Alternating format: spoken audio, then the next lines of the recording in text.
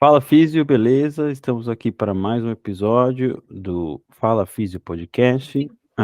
Nós estamos novamente aqui ao vivo pelo Instagram e gravando num segundo momento para o Spotify e para o YouTube. Hoje no podcast, no episódio de hoje, a gente vai abordar a osteopatia nos esportes, né? E a gente está aqui com a fisioterapeuta Marina Lira, que é formada na Universidade Federal de Pernambuco, tem a formação pelo IDOT em osteopatia, especialização em reabilitação reumatológica pela Unifesp, a, aprimoramento de fisioesportiva pelo SET, a, e tem formação em biomecânica funcional e na corrida. E também é proprietária de uma clínica, né, o Instituto de Saúde e Movimento, junto com outros sócios, e faz atendimento de fisioterapia, né, com diversos pacientes. Primeiramente, agradecer por você estar participando aqui com a gente. A gente foi um tempo para remanejar, mas deu certo. Acho que toda a rotina de físio é assim, Corrida. ocupada, mas corrida, e a gente faz dar certo. E eu sempre gosto de começar um bate-papo perguntando, alguns consideram alguma pergunta pessoal, outros não, mas do porquê você escolheu a fisioterapia como profissão. Bom, primeiro, obrigado pelo convite. Ainda bem que deu certo aí a gente arrumar esses horáriozinhos aí, né? Para a gente poder bater esse papo. Eu acho que é super bem-vindo a gente ter essa troca. E em relação à físio, rapaz, acho que assim, desde pequena, minha mãe sempre me incentivou muito, meus pais, né, me incentivaram muito a fazer esporte, eles me colocaram na dança desde muito cedo, então, aqui da gente tem uma cultura, vamos dizer assim, do frevo ser mais intenso, né, mais dentro da cultura, e aí eu comecei a fazer dança de frevo, maracatu, caboclinho, que é dança popular brasileira, e aí eu acho que desde muito nova eu comecei a me encantar, vamos dizer assim, pelo movimento. Depois eu fui entrando em outros esportes. Então essa vida, vôlei, depois eu acabei fazendo um pouquinho de natação, tênis, até softball já joguei. Eu acho que eu já me meti um pouquinho de tudo. E agora corrida, enfim, tô Uhum. sempre tentando me mexer. E eu sempre tive um olhar também de observar muito os outros e ter esse olhar mais cuidadoso. Cuidadoso com minhas irmãs, cuidadoso com as pessoas que estavam à minha volta, com um avô, uma avó. Então, eu sempre achei que essa área da saúde poderia ser algo que me preenchesse mais, de eu poder passar um pouquinho desse cuidado. E aí eu quis juntar um pouco isso, juntar o esporte, a dança, o movimento, com o cuidar, com a empatia, enfim. E aí, por isso que veio a fisioterapia.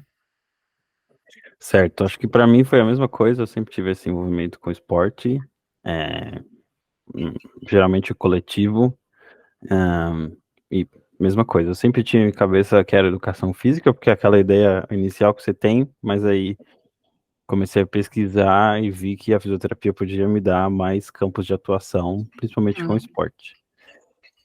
É, eu acho que eu sempre eu gosto de fazer a live porque aí todo mundo pode questionar sobre o que a gente está conversando, né? Então eu abro esse espaço para quem está aqui no chat do Instagram para conversar com a gente.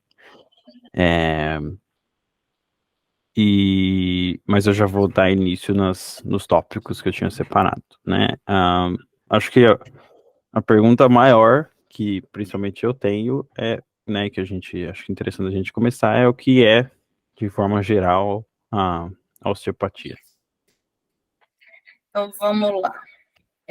Eu acho que antes um pouquinho de falar do que é osteopatia, eu vou tentar explicar o porquê também eu escolhi a osteopatia. Uhum. Eu escolhi a fisioterapia, né, acho que mais ou menos na sétima, oitava série, só que até eu entrar na formação, no primeiro período, eu comecei a ter uma noção do que é que tinha dentro da fisioterapia e procurar saber mais, enfim. E teve uma consulta que minha avó foi, ela estava com uma dor no pescoço intensa e já tinha, sei lá, algumas semanas, e indicaram ela osteopatia. Eu falei, eu vou junto com ela para ver, entender um pouco essa outra área da fisioterapia, então. E foi, assim, meio que um amor à primeira vista, porque ver, assim, o osteopata, ele não usou nenhum aparelho, ele não usou nenhum outro recurso que não fosse manual, né?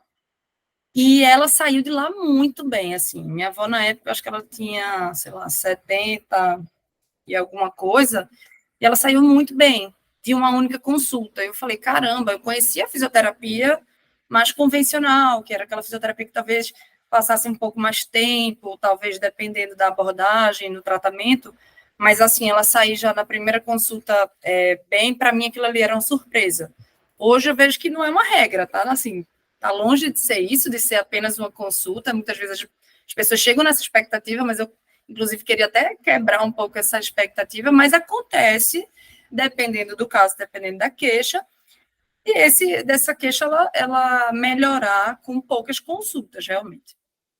Então, assim, agora indo para a tua pergunta, a osteopatia é uma terapia que aborda aí uma boa avaliação, diagnóstico e tratamento, e esse tratamento todo voltado para a terapia manual.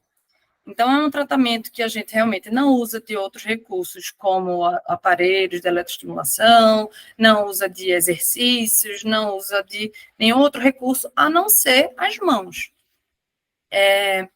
E aí, a osteopatia ela ficou conhecida por essa terapia dos estralos, né? Porque estrala uma coisa aqui, estrala uma coisa ali, e eu até cheguei a fazer alguns vídeos sobre isso no Instagram, dizendo que a osteopatia ela não é só esses estralos, que esses estralos não vão resolver todos os teus problemas, que muitas vezes as pessoas chegam para a gente, eu vim no osteopata porque eu quero estralar e quero ficar bem, nananã. Mas a gente sabe que a osteopatia não é apenas isso, que é uma terapia muito ampla, são 5 anos de formação para a gente poder se dizer realmente osteopata. Então, assim, não se resume apenas isso, essas são algumas das técnicas de mobilização articular, mas tem infinitas outras técnicas. E eu acho que o que me encantou mais pela osteopatia foi a forma de avaliação. Eu acho que com a osteopatia, eu aprendi um jeito de avaliar que eu não conhecia antes, assim, dentro de toda a graduação, eu não tinha visto ainda nada tão detalhado, tão específico, de avaliar muito o interno também do nosso corpo, não as causas, assim, claro que as causas externas, né, mas você precisa ter um conhecimento de anatomia, fisiologia muito grande para você ir montando esse quebra-cabeça que é o corpo, né? E aí essa avaliação foi uma das coisas que me chamou mais atenção. Mas aí, voltando um pouquinho aí no tempo, explicar mais ou menos como é que começou a osteopatia. Tinha um médico americano que se chamava Andrew Taylor Steele. Ele sempre foi um grande estudioso, mas ele começou a ver dentro da família dele parentes com queixas e doenças que ele não conseguia tratar com a medicina convencional. Então, ele começou a tentar buscar, e nada melhor do que quando afeta a gente ou alguém próximo para a gente ir atrás daquilo, né? E aí, nada melhor do que... e aí ele acabou estudando um pouco mais do corpo humano e como é que o nosso corpo funcionava, como é que um tecido dependia tanto do outro tecido, essas relações entre os tecidos, para ele tentar outras abordagens que não fossem a medicina convencional. Então, ele foi descobrindo e estudando técnicas manuais para poder ajudar essa familiar dele, parente, a melhorar sem ser com aquela medicina usual. E aí, depois de muitos estudos, aí a osteopatia ela já começou a sair dos Estados Unidos e ir para outros países, e uma coisa sempre foi a base da osteopatia, que é essa relação entre os tecidos. Então, A partir do momento que a gente olha para um segmento, a gente olha para uma articulação, ele fazia questão de mostrar que aquilo não era apenas um segmento, não era apenas uma articulação, apenas um músculo, mas para aquele segmento funcionar, ele precisa de outras correlações, ele precisa de informações chegando ali, ele precisa de sangue chegando ali, ele precisa de outros músculos que estão próximos a ele funcionando bem também, ele precisa de articulações próximas funcionando. Então, a base da osteopatia nada mais é do que a relação entre os tecidos e como o corpo consegue se equilibrar com tudo isso, né? Então, assim, às vezes a gente tem uma lesão que com o tempo ela cicatriza sozinha. A gente tem um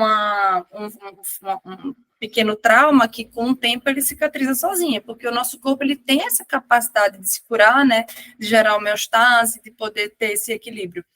Então, o osteopata nada mais é do que um facilitador ou um ajudante do corpo a voltar a ter aquela autocura, ou pelo menos o mais próximo possível daquilo, porque a gente sabe que com as experiências da vida externas, traumas, enfim, tantas outras coisas, a gente não vai conseguir a idade, a gente não vai conseguir voltar para aquela nossa capacidade de resiliência, né? Aquela capacidade de se curar sozinho. Então, a gente só vai tentar trazer para esse paciente, para esse corpo, o mais próximo daquilo. Eu acho que é mais ou menos isso. Eu acho que algo que, quando eu comecei a ouvir falar da osteopatia, que eu senti que é um diferencial muito grande, é essa questão dos tecidos que você falou, que muitas das vezes a gente baseia as terapias em abordagens musculoesqueléticas. Mas acho que a osteopatia já passa um pouquinho dessa, né? Eu estava conversando com um colega físio que fez não sei se ele chegou a fazer uma sessão ou ele observou uma sessão sendo feita, mas ele falou que mencionou que tinha uma abordagem visceral, por exemplo, né? Então, acho que a gente pode abordar um pouquinho dessa diferença, se você, por exemplo, compara com a quiropraxia, que são abordagens musculoesquelética puramente, né? Então, a osteopatia, nesses 5 anos que eu te falei, cada ano a gente aprende uma parte do corpo, vamos dizer assim. Então, o primeiro ano é o ano que é o mais conhecido, que é o músculo esquelético, realmente. Então, a gente vai avaliar, aprender a parte mais biomecânica, musculatura, articulação, essa relação entre elas. No segundo ano, que vem primeiro postural, a gente vê o sistema postural e vê o que é que tem do ambiente que pode influenciar no nosso corpo e quais são essas linhas de comunicação. Então, podal, que é os pés, como é que a gente a forma de estar pisado, então, como a gente se coloca no espaço, a boca, os olhos, todas esses captores, né, a gente chama de captores podais, captor ocular, manducatório, são os vias de comunicação que o nosso corpo tem com o externo. Então, aprender um pouco como a gente consegue mexer nisso, ou pelo menos entender a postura e o que é que a gente consegue alterar na postura do paciente. E o terceiro ano é o visceral, que é algo que realmente chama mais atenção, porque a gente começa a perceber que o corpo ele não funciona só de músculo, nervo e articulação, que ele precisa também ter uma boa circulação. A gente sabe que a aorta passa bem no centro da gente, então se a gente tiver alguma aderência lá dentro, isso vai com certeza ter uma diminuição de fluxo. Então, o que é que a gente conseguiria fazer para ajudar esse paciente a melhorar um pouco mais esse fluxo, por exemplo, para membros inferiores? É muito comum você ver em mulheres cesáreas, cicatrizes, cirurgias de grande porte no abdômen, e muitas vezes essas cicatrizes elas são ignoradas, muitas vezes esses cortes, essas intervenções, são ignoradas, mas algo foi mexido lá dentro, né? E a gente sabe que quando algo lá dentro realmente tem uma alteração, a gente começa a ter uma percepção externa também. Ou, por exemplo, o funcionamento do intestino. Um paciente com uma constipação, um grau de inflamação, ele começa a ter esse intestino bem inflamado, bem constipado, e muitas vezes essa dor, ela não vem uma dor diretamente no abdômen. Na maioria das vezes, ela não vem no abdômen. Ela se projeta para uma dor mais externa, uma dor no quadril, uma dor na lombar, uma dor... na maioria das vezes, o intestino vai pegando um pouco ali de quadril e lombar. Então, se fosse algo mais cervical, a gente começaria a investigar algo mais acima, então, algo mais coração, pulmão. Então, seria mais ou menos nessa relação de topografia, vamos dizer assim. O quarto ano é o craniano, então, vê também as relações de mandíbula, por exemplo, você vê um paciente, muitas vezes a gente pega pacientes, né, com queixas de tensionamento de trapézio, e pode estar relacionado a um bruxismo, a um ATM, e ver como é que é essa relação do crânio com o nosso corpo também. E, por fim, o último ano, que é um ano do emocional, da parte mais somática, como é que o nosso corpo reage a toda essa influência, vamos dizer, externa. Né? Então, quando a gente diz assim, a osteopatia ela não olha para o segmento, não é apenas para um músculo da anatomia humana, não, mas é um músculo, é a víscera, enfim, outras estruturas não só externas, mas também internas. Então, a gente começa a fazer essa relação do interno com o externo também, essa comunicação. E aí, levando para o seu dia a dia clínico, qual que você acabou comentando um pouquinho de avaliação e tudo mais, como que você usa a osteopatia, né? Obviamente, acho que é uma coisa que é importante a gente ressaltar, além de osteopata, você é fisioterapeuta, né? Tem infelizmente, muito profissional que usa única e exclusivamente de uma tática para tratar de A a Z. Então, acho que é interessante citar, né, para, por exemplo, pacientes que estão ouvindo, que a gente, além de, por exemplo, no seu caso, osteopata, também é físio. Então, é importante, acho que é legal a gente comentar como que isso é abordado no seu dia a dia de avaliação, de reabilitação, prevenção. Então, vou até falar uma coisa interessante, porque aqui no Brasil a gente sabe que a osteopatia ela é uma formação, como se fosse uma pós-graduação da fisioterapia. Em alguns países da Europa ela é uma graduação, então ela é uma formação já de base. Algumas pessoas elas são osteopatas fora, elas não fizeram a fisioterapia para depois a osteopatia. Então, se eu não tivesse a formação de físio, talvez eu precisasse estar, talvez não, com toda certeza, eu teria que ter uma equipe de fisioterapeuta ao meu lado para conseguir fazer, trabalhar com atleta, isso é óbvio. Mas por já ter a formação de físio, né, a graduação em fisioterapia e a osteopatia, foi algo que eu fui realmente querendo juntar. Então, assim que eu me formei, aliás, um ano antes de me formar, eu entrei na osteopatia, e aí me formei, fui para São Paulo, e em São Paulo, como eu estava também assim, muito verdinha na graduação, eu comecei a atender só com osteopatia, porque eu estava muito assim, tinha acabado de fazer o primeiro ano da osteopatia, estava já tendo resultados legais, então, basicamente, só atendia com osteopatia. Eu não fazia reabilitação realmente de lesões, de traumas, nada de fisioterapia esportiva. Inclusive, eu morei em São Paulo e tudo que eu precisava era maca, né? Mas a maca pesa 15 quilos. Então, eu pegava a maca, botava dentro do ônibus, ia de casa em casa. São Paulo é grande, eu saía da Santa Cecília, às vezes, para o Brooklyn, com a maca sentada em cima da maca para poder atender os pacientes. Então, assim, era perrengue para conseguir aplicar a osteopatia, né? Por mais que diga, é só a mão, mas a gente precisa pelo menos de uma maca. Na cama nem sempre dá certo. E aí, depois de um tempo, eu fui lá em São Paulo ainda, comecei a fazer a a fisioterapia esportiva no SET, né, o aprimoramento, porque já era um público que eu queria alcançar, mas naquele momento eu não estava conseguindo ver para onde como é que eu iria atuar, né, como é que eu iria atuar apenas como, vamos dizer, osteopata.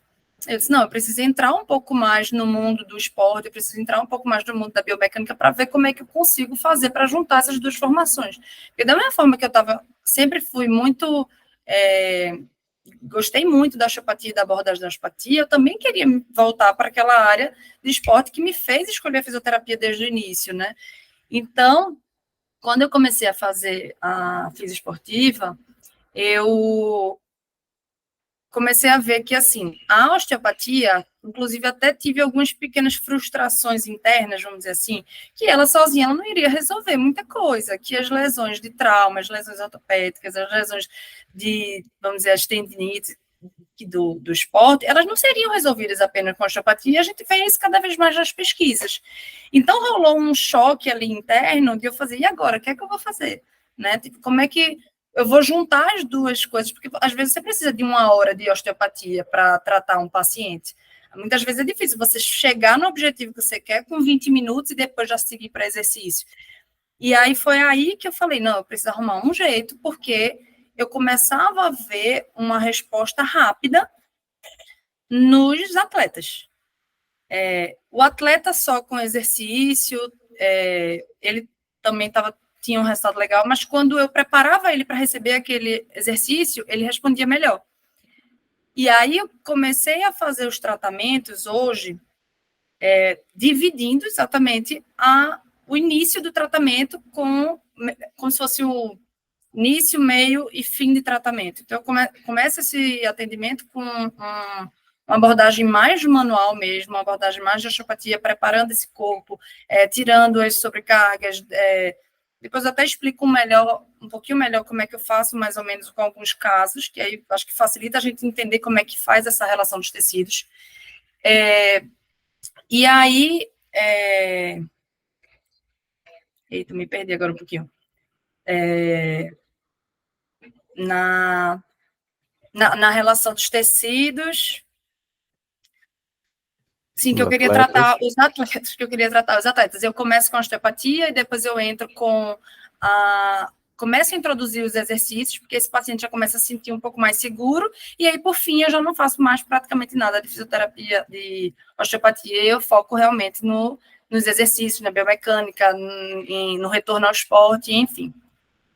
E aí, por exemplo, hoje, qual é o público da osteopatia? Como é que esses pacientes chegam para a gente? Então, a gente sabe que na osteopatia a gente não tem idade para tratar, até porque essas técnicas são tão amplas que a gente consegue escolher técnicas para cada idade, a gente consegue escolher técnicas específicas que não vão machucar ninguém, claro.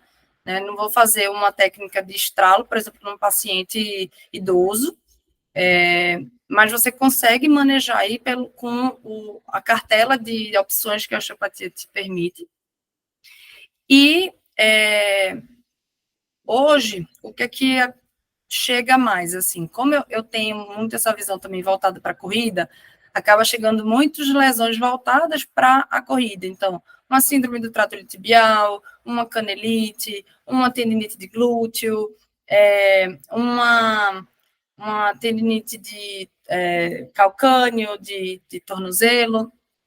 E aí eu fazia, certo, mas como é que eu vou fazer para tratar esse paciente com uma abordagem osteopática? E depois juntar ele para a abordagem da fisioterapia convencional, né? Então, eu olhava, por exemplo, eu vou dar o exemplo da síndrome do trato iliotibial, porque foi um caso bem recente, na semana passada, chegou o paciente com a dor no joelho lateral, isso mais ou menos a gente já sabe como é, e eu poderia simplesmente olhar, ver a mobilidade, ver a biomecânica, ver o quadril, avaliar o tornozelo, começar a fazer algumas intervenções já de início. Eu já faço exercícios precoces algumas vezes, se esse paciente já estiver tolerando, não tem problema.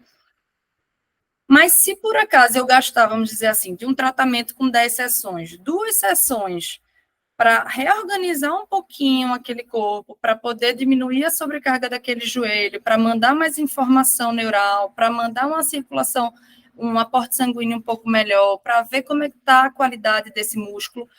Se eu fizer isso nessas 2 primeiras sessões, até a ativação muscular dele, até a confiança dele no exercício vai ser muito mais legal. E foi aí que eu consegui, falei, agora dá para eu, como osteopata e fisioterapeuta, juntar as 2 formações para ter uma resposta legal para os meus pacientes. Então, foi no início realmente um conflito meu mesmo interno, porque eu era apaixonada pelas 2 coisas, eu era apaixonada pelas 2 formações, mas eu queria dar um jeito de poder juntar aquelas 2, né?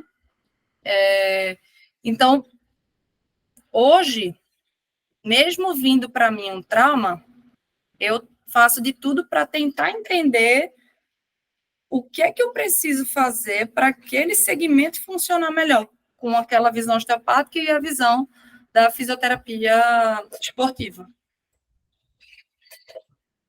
Eu acho que esse é o grande diferencial, a gente saber as peças da caixa de ferramenta que a gente tem e saber para que elas servem, né? Não dá para pregar um prego com a chave de fenda, por exemplo. Então a gente tem que fazer o que você fez, né? Obviamente vai ser tentativa e erro, né? Com cada paciente você aprende o que funciona melhor com ele, o que não funciona nem tanto, mas a gente, né, voltando para os atletas, a gente tem que entender, obviamente, a biomecânica do esporte e todas essas questões para saber aplicar tanto a fisioterapia em si quanto a osteopatia. E eu acho que uma pergunta que eu tenho é saber entender que se você consegue aplicar a osteopatia em diversos momentos, seja na reabilitação, seja na prevenção e até mesmo num possível recuperação, né, num recovery. Vamos lá.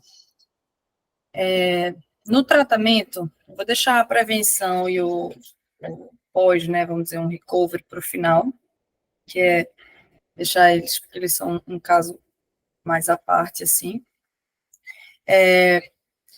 Mas o tratamento, eu vou te dar também um outro exemplo, porque eu acabei dando um exemplo de membro inferior, e eu queria trazer um pouquinho também a visão também de um membro superior, de um outro tipo de esporte.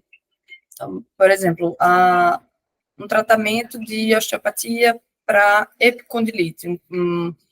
Chegou uma paciente, na verdade, que jogava beach tênis, ela chegou com uma dor na região do cotovelo, e disse que já estava fazendo físio, mas que ainda não estava conseguindo chegar no objetivo dela por conta, não estava conseguindo fazer os exercícios, porque às vezes parecia que quanto mais ela fazia, mais aquela dor ela aumentava. E aí ela chegou para mim, a gente foi fazer aquela avaliação completa, né, da cabeça até os pés, e a gente vai vendo algumas assimetrias, vai vendo o que é que realmente a gente poderia correlacionar. E na avaliação a gente foi vendo que aquela cervical dela estava muito presinha, ela tinha uma limitação realmente de mobilidade de cervical, e aí quando eu citei a cervical, ela começou a falar que às vezes tem realmente uma dor intensa e que às vezes sente até um formigamento na mão. Porque ela não, para o paciente, muitas vezes de forma leiga, ele não consegue juntar. Ele falou assim, eu tenho um formigamento na mão e tenho também uma epicondilite. Então, uma lesão no cotovelo. Então, muitas vezes ele acha que aquilo são 2 coisas separadas, mas quando a gente vai juntar, a gente vê que aquilo ali vem da mesma origem. Então, poderia ser uma paciente que, se não tivesse um comprometimento cervical, eu iria lá, faria os exercícios, teria as compensações, distribuiria um pouco mais a sobrecarga de forma mesmo biomecânica. Mas, no caso dessa paciente, se eu não tivesse realmente avaliado a cervical, eu não teria visto que teria um comprometimento neural. Então, nesse caso, o comprometimento dela era mais na região mais aqui de plexo braquial, realmente. Então, assim, ela não tinha um comprometimento de raiz, ela não tinha nada que justificasse um comprometimento de raiz, mas ela tinha um peitoral muito tenso, toda essa região do plexo realmente muito presa. E aí eu falei, ó, tem esse comprometimento realmente neural, esse teu plexo, ele tá todo... não está chegando informação direito para o teu cotovelo, e fica até difícil para essa musculatura do antebraço, essa musculatura do teu braço, funcionar bem se não está chegando informação legal aí no teu cotovelo. Então, eu poderia ter ido direto para o exercício, mas eu não teria preparado ela antes. Então, foi exatamente isso que eu falei na última pergunta, que preparei ela de início, fiz toda uma liberação de plexo, aí, como mexe na parte neural, eu gosto também de ir para um pouco da raiz. Eu falei, por mais que não tenha um comprometimento na raiz, vamos fazer uma tração, vamos liberar um pouco essa raiz, porque aí você libera o trajeto do nervo como um todo, você desde o central até a periferia. Então, a gente fez um trabalho legal de raiz, fez um trabalho legal de trajeto neural, fez uma mobilização neural no final.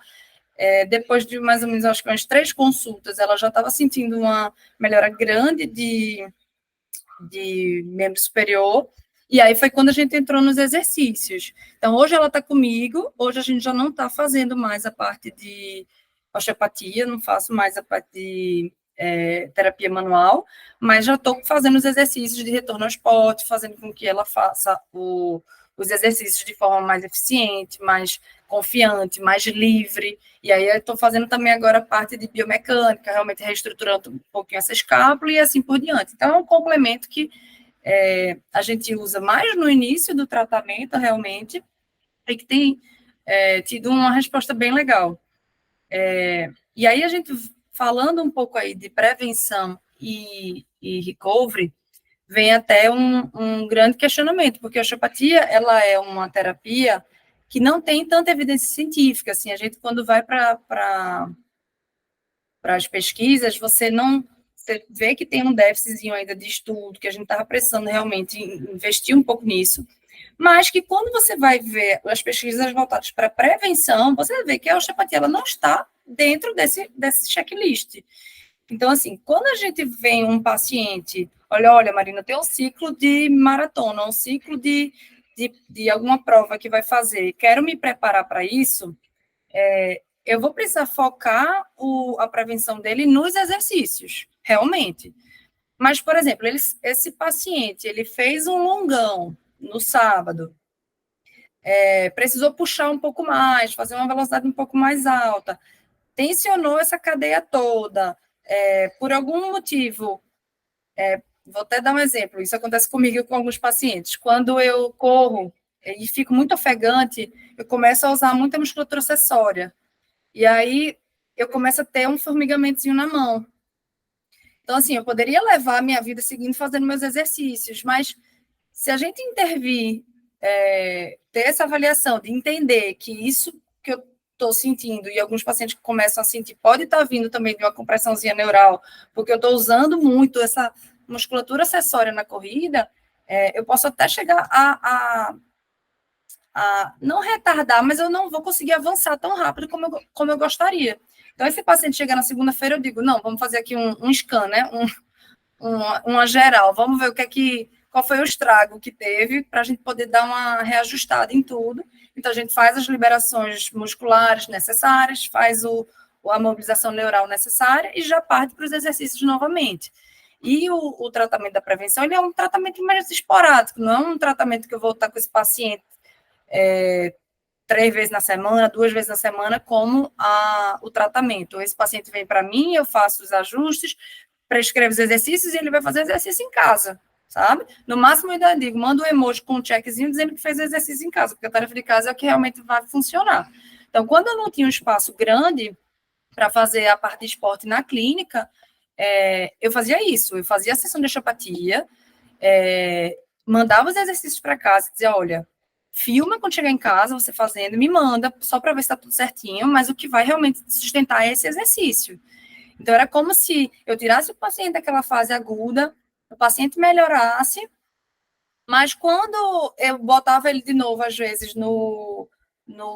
na atividade, voltava tudo. Então, eu falei, ó, aqui na Ostra a gente vai te tirar da crise, a gente vai te deixar bem, mas eu preciso que você estruture isso, e para estruturar a gente precisa de musculatura. Uma das coisas que eu vejo muito na osteopatia, às vezes, é o paciente querer entregar a dor, a lesão, para o osteopata dizer assim, resolve, porque é uma terapia passiva, né? Então, eu sempre tento desmistificar um pouco, quebrar um pouco esse tabu e dizer assim, olha, a terapia, ela não é, mesmo que seja só osteopatia, ela não é só minha, ela é nossa, por isso que eu também comecei a sempre passar uma tarefinha de casa com os exercícios, principalmente nesse início, e hoje a gente já consegue fazer lá na clínica, mas para o paciente também fazer parte do tratamento e da prevenção, porque é muito bom fazer, eu vou fazer prevenção, chego lá, eu faço estralo, estralo, estralo, libero, boto botinha, vou para casa e tchau. Não vai prevenir.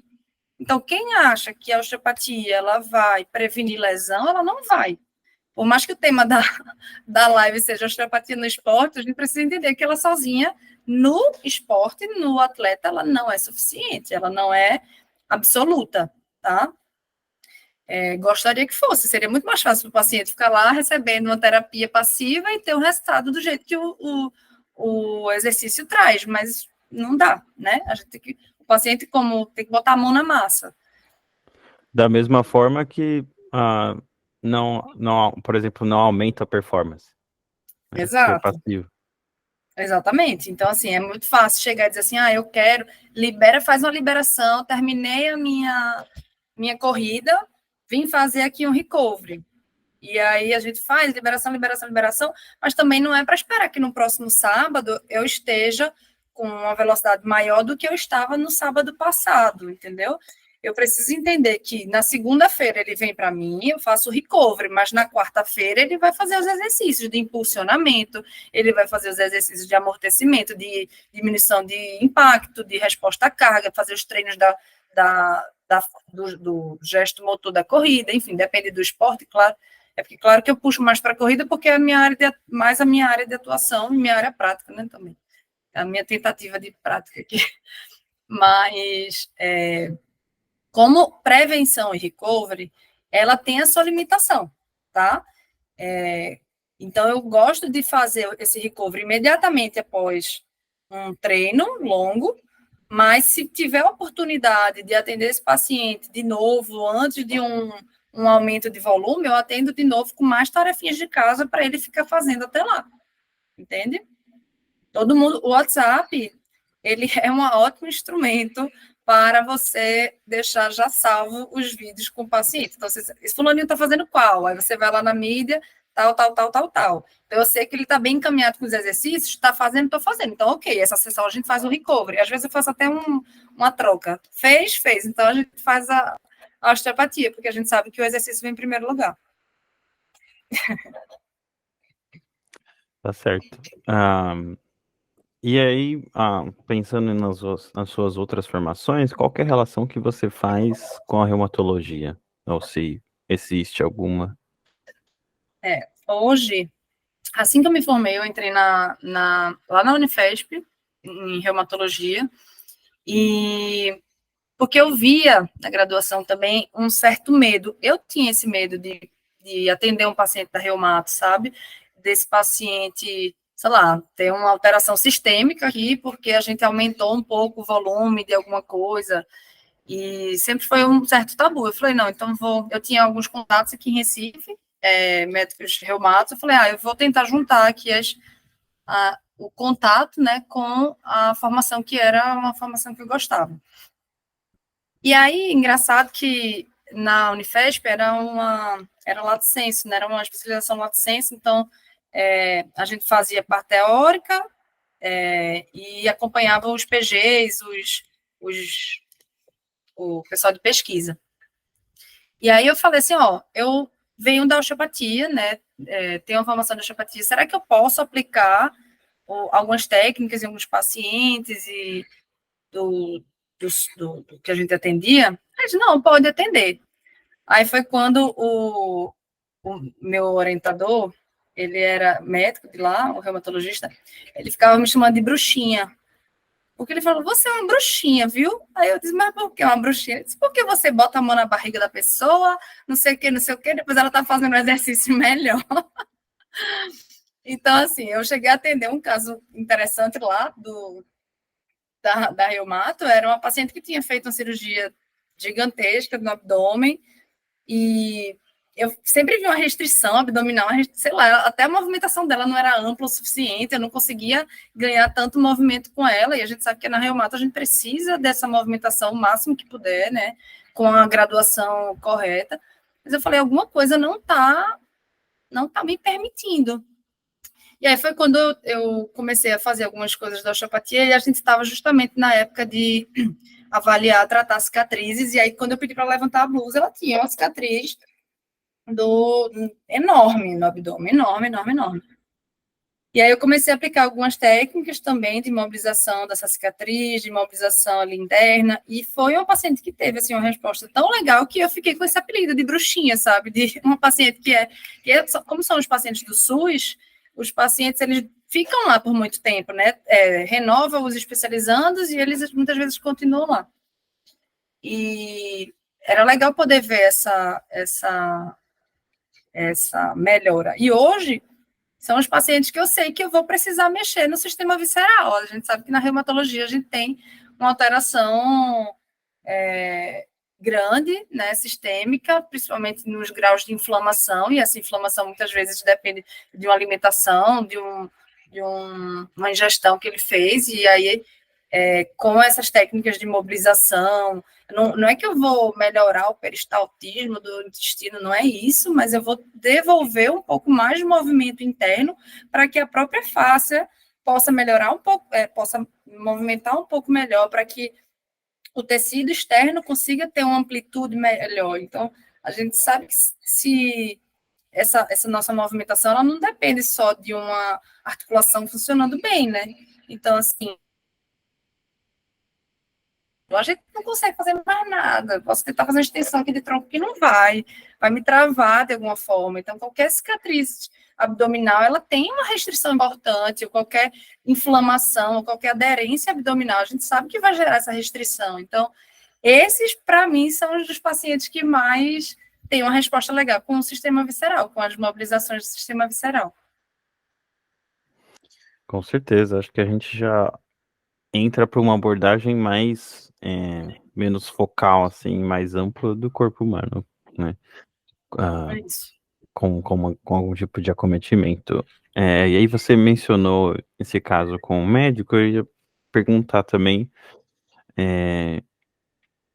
qual que é a visão que os outros profissionais que não sejam fisioterapeutas, né, têm sobre a osteopatia. Desculpa, que travou na hora que tu ia fazer a pergunta. Qual que é a visão que esse pessoal, que os outros profissionais da saúde têm sobre a osteopatia? E como é esse trabalho multiprofissional com eles? Assim, eu confesso que no começo lá na Reumato eu precisei ir ganhando um pouco de espaço e mostrando um pouco ali de alguns estudos, por mais que não tenha tantos, mas a gente tinha alguns que eu pudesse explicar para eles o que é que eu estava fazendo, então eu precisei ir ganhando confiança e mostrando alguns resultados realmente para eles confiarem no meu trabalho, sabe? Eu acho que, assim, aqui em Recife, eu acho que isso também é muito cultural, né? Mas aqui em Recife, a gente tem uma aceitação muito legal da osteopatia. Eu acho que os próprios médicos, eu tenho muito paciente médico. Eu acho que os médicos ficam muito tempo parados em pé, fazendo, às vezes, cirurgia, fazendo algum procedimento, e todo mundo meio quebrado. Então, chega para mim com queixas bem significativas. Então, é um assunto que talvez há 10 anos atrás não fosse assim tão bem aceito, mas eu acredito que cada vez mais a gente está ganhando um certo espaço, porém, tem uma questão assim que, e aí eu vou falar de uma percepção minha, né, por eu ter eu trabalhar com as duas formações, eu trabalhar tanto com a fisioterapia esportiva como com a osteopatia, eu consigo ter essa visão, assim, mas quando a gente defende o tratamento da osteopatia puramente, osteopático, vamos dizer assim, ainda tem uma polêmica muito grande, porque o pessoal cai muito em cima, a terapia manual sozinha ela não vai funcionar, e eu defendo isso também. Eu, como osteopata, fiz toda a formação, eu defendo isso também. Então, não é que vai ser ou um ou outro. O exercício físico, ele é soberano, não tem, a gente sabe disso. Mas a gente poder ter introduzir essa terapia também para melhorar a condição daquela paciente é muito melhor. Então, hoje a gente percebe que é algo que é bem aceito quando a gente leva em consideração que não é apenas isso, sabe? Quando eu vou tratar um paciente, já chegou, inclusive, alguns pacientes encaminhados de amigos osteopatas. Então, um colega que faz só osteopatia sabe que a gente tem um espaço lá legal para fazer a parte de exercício e manda, aí eu não boto a mão também, entendeu? Mas para a gente poder fazer esse trabalho em conjunto. Certo.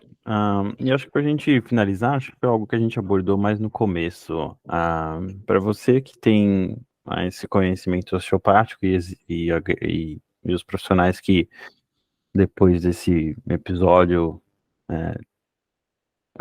obtendo mais conhecimento sobre a área, né, desmistificando, né, o que a gente conversou, qual o recado que você deixa para esse pessoal que está agora tem curiosidade sobre essa área?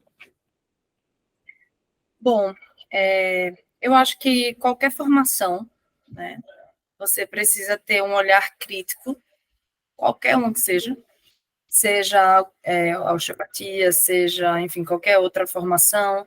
A gente vê, muitas vezes as pessoas entram numa formação acreditando que aquilo seja verdade absoluta e incorporando isso como, enfim, a verdade 100% aquilo ali. E quando a gente tem um olhar crítico, muitas vezes, a gente consegue fazer exatamente isso que eu fiz, de eu poder trazer um pouco dessa abordagem, trazer um pouco dessa outra abordagem, para poder tratar meu paciente da melhor forma possível. Eu tenho certeza que se tiver um outro profissional que teve a formação de osteopatia e a formação de fisioterapia esportiva, ele vai ter um atendimento muito diferente do meu também, porque isso engloba toda a minha bagagem, não só profissional, mas a minha bagagem pessoal, a forma que eu enxergo meu paciente. Então, assim, quando você for fazer uma formação, vá de cabeça para aprender o máximo que você puder, mas sempre com um olhar crítico, para você poder peneirar ali o que realmente vai ser diferente, vai valer a pena na tua formação, o que realmente é uma técnica ou outra que será que isso realmente funciona? Eu defendo a osteopatia, mas o 100% foi me passado, não é por aí, sabe? Ou então, eu defendo a fisioterapia esportiva, mas, porque fazer a cadeia aberta, fazer a fechada, fazer um exercício tal, pliométrico para cá, você precisa ter seu olhar crítico. Então, independente da formação que você for fazer, independente da área que você for fazer, tem esse olhar cauteloso e para você poder ir criando suas próprias formatos de atendimento, seu próprio formato de atuação. Muito que bom, concordo 100%. Acho que a gente tem que ser profissionais pensantes, né? Muito obrigado novamente por participar do podcast. Acho que foi muito enriquecedor, principalmente para mim, porque na faculdade a gente não chega a abordar a osteopatia, né? Então é bom ter esse espaço para poder absorver esse conhecimento. Obrigado a você novamente e todos que assistiram. Eu que agradeço. E eu deixo esse espaço para você se promover, né? Seja a sua clínica, seja o seu Instagram, seja o que você quiser. Bom, meu Instagram é marinalira.fisio. Eu tenho tentado cada vez mais trazer mais conteúdo, trazer o máximo que eu puder de informação, ou até de alguma opinião, de um caso, enfim, demonstrar alguma coisa. Então, às vezes, vale a pena dar uma olhada para ver se tem alguma coisa nova. Estou sempre tentando, porque é difícil você estar sempre alimentando um Instagram, alguma coisa assim. E quem é de Recife, ou quem estiver passando por Recife, quiser conhecer a clínica, é o Instituto de Saúde e Movimento. A gente fica aqui na Tamarineira, no Empresarial Quartier. É um espaço bem legal que a gente tem fisioterapia esportiva, reabilitação, osteopatia, medicina esportiva, ortopedistas, análise biomecânica 3D. Então, essa também, depois a gente pode fazer até um outro podcast sobre isso, de análise biomecânica, que é algo que realmente tem sido cada vez mais abordado, e lá a gente consegue ter uma avaliação e diagnóstico bem eficaz, bem preciso. Então, quem quiser conhecer também, fique à vontade que estaremos de portas abertas. Ótimo. Muito que bom. Bom, pessoal, agradeço a quem nos escutou, nos assistiu, e até o próximo episódio. Agradeço demais o convite. Tchau, tchau.